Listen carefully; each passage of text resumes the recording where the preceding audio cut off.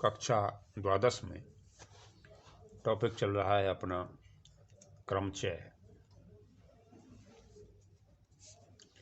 तथा संचय। इसी में क्वेश्चन नंबर 12 है जो आपकी एक्सरसाइज चल रही है, वो 5वां चैप्टर चल रहा है और 5B अभ्यास में ज़रा देखें ध्यान से। तो ये कहते हैं कि NPR इक्वल टू NPR+1 तथा NCR इक्वल टू NCR-1।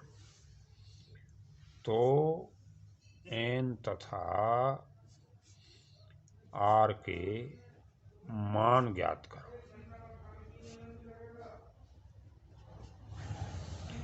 तो उठाइए आप इसको कि NPR इक्वल टू NPR+1, इसे हम खोलेंगे तो फैक्टोरियल n बटे ये फैक्टोरियल n माइनस r और ये फैक्टोरियल n बटे फैक्टोरियल n माइनस और r+1 का यहाँ क्या हो जाएगा, माइनस हो जाएगा, चिन्ह बदल जाएगा। ये अब ये मानकर चलिए, आप क्रॉस गुणा करेंगे तो इससे ये एक बार कट जाएगा, ये कैंसिल हो जाएगा। तो 1/n माइनस r फैक्टोरियल में बराबर हो जाएगा 1 factorial n minus r minus 1। और इसे आप देखो इन दोनों को ध्यान से, यदि इसमें से एक कम कर दिया जाए तो ये बन जाएगा। तो यहाँ से क्या करेंगे कि n माइनस r को बाहर निकाल लेंगे और एक कम करके फैक्टोरियल में n माइनस r माइनस 1 हो जाएगा और 1 factorial n minus r minus 1। तो अब की बार इससे ये कैंसिल हो जाएगा। तो 1/n minus r equal to क्या हो जाएगा, 1 हो जाएगा। या क्रॉस गुणा करेंगे तो भी n minus r equal to 1 हो गया। एक इक्वेशन हमारी ये बन जाती है। और दूसरी इक्वेशन उसने क्या कहा, उसने कहा कि NCR इक्वल टू NCR-1। एक ये बात कही इसने। अब NCX इक्वल टू NCY, आप जानते हैं कि NCX इक्वल टू NCY तो N इक्वल टू होता है x प्लस y। इसी से हम कर देंगे सूत्र से। इसका मतलब ये हुआ कि N equal to R plus R minus 1। तो ये हो जाएगा N equal to 2R minus 1 या N minus 2R equal to minus का 1। अब क्या करें, अब समीकरण 1 व 2 को हल करेंगे। अब हल करेंगे, यहाँ से अगर हम R को ले आए हैं, हल करने पर क्या करें, हल पर ये कर सकते हैं आप, समीकरण 1 से n इक्वल टू क्या हो जाएगा, R+1 हो जाएगा, यहाँ रख दिया जाए हैं। तो यहाँ से समीकरण 2 में रखने पर, जब 2 में रखेंगे तो n की जगह क्या हो जाएगा, R+1 और minus 2R equal to minus 1 हुआ। तो ये कितना हुआ, माइनस का R और प्लस 1 इक्वल टू माइनस का 1, माइनस 1। और ये हुआ आपका माइनस का R इक्वल टू माइनस का 2 हो जाएगा। ये बन यहाँ पहुँच जाएगा, -1 तो -2 हो जाएगा, -2 minus cancel, R equal to कितना आया, 2। R का मान समीकरण 1 में रख देंगे तो वहाँ से क्या आ जाएगा, n इक्वल टू 3 आ जाएगा आपका, n इक्वल टू 3। तो ये आपके n और r के मान ज्ञात हो गए साहब। अब ऐसे ही अगला क्वेश्चन देखें, आपका 16वां सवाल देखिएगा। 16वें प्रश्न में वो क्या कहता है, उसने कहा कि 6 पुरुषों और 5 स्त्रियों में से 3 पुरुषों और 2 स्त्रियों के कितने समुदाय बनाए जा सकते हैं। और ये है आपका प्रश्न नंबर कौन सा, प्रश्न नंबर है आपका 16। क्वेश्चन नंबर 16 को ध्यान दीजिए। इसने कहा है कि 6 पुरुषों तथा 5 स्त्रियों में से कितने लेने हैं आपको? 3 पुरुष तथा कितनी स्त्री? 2 स्त्री के समुदाय बनाने हैं आपको। और पूछता है कि ये कितनी विधियों से बनाया जा सकता है। तो इसका जो आप सॉल्यूशन करेंगे तो 6 पुरुषों में से आपके पास 6 पुरुष हैं और पुरुष आपको लेने कितने हैं? 3 पुरुषों के।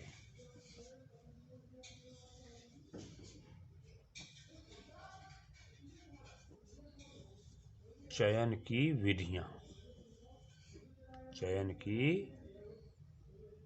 विधियां बराबर हो जाएगा 6C3। और ऐसे ही आपके पास कुल 5 स्त्रियां हैं। 5 स्त्रियों में से 2 स्त्री के चयन की विधियां हो जाएंगी कितनी? 5C2। और तो चयन की कुल विधियां कितनी हुई? तो चयन की कुल विधियां कहिए या अभीष्ट विधियां कहिए, ये बराबर 6C3 और गुणा 5C2। इसे आप खोलेंगे तो 6 के 3 फैक्टर करेंगे, 6 5 4 हो जाएंगे। इधर 3 के फैक्टर करेंगे गुणा 1। 5C2 खोलेंगे तो 5 के 2 फैक्टर और फिर 2 के भी फैक्टर। ये आप सरल कर दीजिए तो ये 2 दूनी क्या हो जाएगा? 4। और ये 3 दूनी कितना हो जाएगा? 6। 2 दूनी 4 हो जाएगा। तो ये कितना आ जाएगा आपका? 20। और ये कितना आ जाएगा? 5 दूनी 10। तो कुल विधियां कितनी आ गई? 200। ये विधियां हो गई साहब। अब ऐसे ही प्रश्न नंबर 18 में कह रहा है कितनी विधियों से 10 छात्रों में से एक ऐसा समूह बनाया जा सकता है जिसमें कम से कम 4 छात्र हों। 10 छात्र आपके पास हैं और ये कह रहा है कम से कम 4 छात्र हों। ऐसे कितने समुदाय बन सकते हैं? तो 10 में से पहले 4 छात्र का चयन करेंगे तो 10C4 हो जाएगा। 10 में से 5 का चयन करेंगे 10C5 हो जाएगा। 10 में से 6 का चयन करेंगे 10C6 हो जाएगा। तो इस तरह से 10C4 plus 10C5 plus 10C6 plus 10C7 plus 10C8 10C9 और 10C10 तक इन सबको जोड़ दिया जाएगा। ये कुल विधियां हो जाएंगी।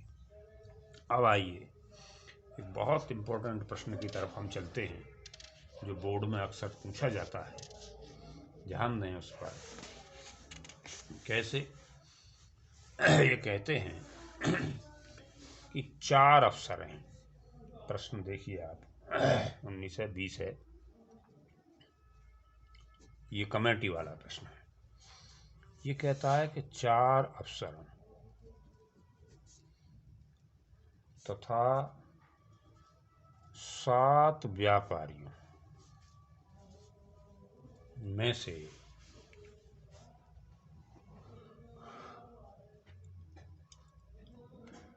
6 व्यक्तियों की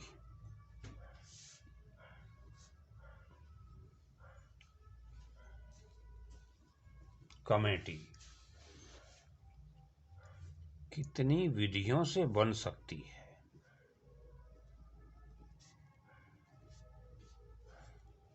बनाई जा सकती है, जबकि एक शर्त है उसमें। क्या? कम से कम एक अफसर अवश्य हो। जब कम से कम शब्द कह दे तो फिर समझ लेना चाहिए कि ये बड़ा सवाल है। कम से कम एक अफसर अवश्य हो, ऐसा कहता है। तो पहले तो सबसे पहले ये देखें कि आपके पास 4 अफसर हैं, 7 व्यापारी हैं,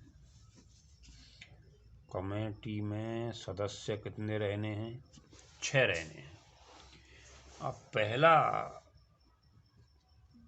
पार्ट इसका ये बनेगा क्या? उसने कहा है कम से कम एक अवसर अवश्य हो। तो पहले आप एक अवसर तथा 6 संख्या पूरी करनी है, 5 व्यापारी के चयन की विधियां, ये कितनी होंगी साहब? एक अवसर लेना, 4 अवसर हैं तो 4C1 और गुणा कितने हैं आपके पास व्यापारी? 7 हैं। 7 में से क्या लेने हैं? 5 लेने हैं, 7C5। ठीक है जी। सरल कर दें इसे, 4C1 की वैल्यू खोलेंगे तो 4 ही आएगी, है नहीं? 4 का एक फैक्टर 4 आएगा, एक फैक्टर 1 आ जाएगा। और 7C5 को अगर खोलेंगे, है नहीं, तो 7C5 लिख दूं या एक काम और कर दूं, यहाँ पर 7C5 और 7C2 का मान एक ही होगा। क्यों हुआ ऐसा? ऐसा इसलिए हुआ कि NCR equal to NCR minus 1। तो ये 4 और 7C2 का मतलब ये हुआ कि 7 के 2 फैक्टर और 2 गुणा 1, तो ये 4 हुआ, 2 तिया 6 और गुणा 21, ये 84 विधियां आपकी होगी। अब सेकंड दूसरी पॉसिबिलिटी क्या बनेगी? उसने कहा है कम से कम एक अवसर हो, तो इसका मतलब ये अवसर 1 भी ले सकते हैं, 2 भी ले सकते हैं, 3 भी ले सकते हैं, 4 भी ले सकते हैं। जब वो कह रहा है कम से कम एक अवसर हो, तो इस बार क्या करें कि 2 अवसर, अब 6 संख्या पूरी करो, 4 व्यापारी के चयन की विधियां, ये कितनी होंगी साहब? 2 अवसर लेने हैं आपको तो 4C2 और 7 व्यापारी में से क्या लेने हैं? 4 व्यापारी लेने हैं तो 7C4। 4C2 खोलेंगे तो 4 गुणा 3 हो जाएगा और ये 2 के फैक्टर 2 गुणा 1 हो जाएगा, तो 2 दूनी 4 और ये 7C4 कहूँ या 7C3 कहूँ, बात एक ही है। तो ये तो 6 हो गया और 7C3 का मतलब 7 गुणा 6 गुणा 5 और बटे 3 गुणा 2 गुणा 1, 3 के फैक्टर हो गए, तो 3 दूनी ये 6 हो गया, ये भी 6 हो गया, तो ये बना आपका 6 गुणा 35 और ये बराबर आ जाएगा 210। अब तीसरी पॉसिबिलिटी पर आइए। तीसरी पॉसिबिलिटी में आप ध्यान दीजिए, तीसरी पॉसिबिलिटी में 3 अवसर और तथा कितने व्यापारी? 3 व्यापारी के चयन की आप विधियां ज्ञात करेंगे तो ये हो जाएगी भैया 4C3 और गुणा 7C3।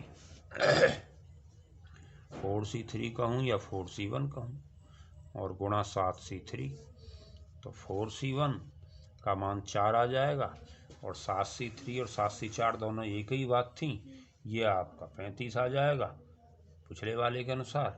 तो 35 चौके 140, ये विधियां हो गई।